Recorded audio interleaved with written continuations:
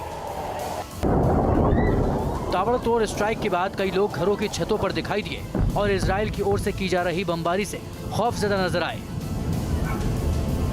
Israel की strike के बाद कई इमारतों से धुआं निकलता नजर आया। इजराइल की जवाबी कार्रवाई के बाद अब सवाल उठने लगे हैं कि आगे क्या होगा। क्या मिडिल ईस्ट की यह जंग पूरी दुनिया को अपनी चपेट में ले लेगी? Team news nation. News nation अब व्हाट्सएप पर खबरों के ताजा अपडेट के लिए न्यूज नेशन के इस क्यूआर कोड को स्कैन करें। न्यूज नेशन अब व्हाट्सएप पर खबरों के ताजा अपडेट के लिए न्यूज नेशन के इस क्यूआर कोड को स्कैन करें।